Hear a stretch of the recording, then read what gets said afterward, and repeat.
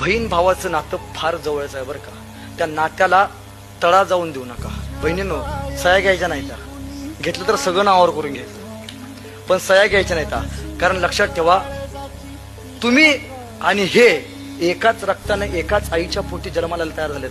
नाही हो, तुम्ही पण चांगल्या मोठ्या मनानं आपल्या बहिणीला काहीतरी दिलं पाहिजे.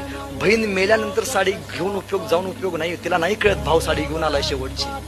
नाही हो, तिला नाही लक्षात येत. जिवंत आहे तोपर्यंत बहिणीकडे जावा. आणि ताईनो, तुमचं माहेर कधी संपतं माहितीये?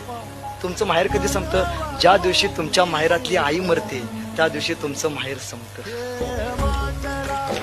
तुमचं माहेर कुठपर्यंत आहे? जोपर्यंत तुमच्या आई आणि वडील आहेत तोपर्यंत. हा संवाद का झाला बरं? कारण आपण पैशाच्या पाठीमागे लागलो. दादांनो, आई मेल्यावरती, बाप मेल्यानंतर आपल्या बहिणीचा खरा भक्कम आधार भाऊ म्हणून आपण झालो पाहिजे.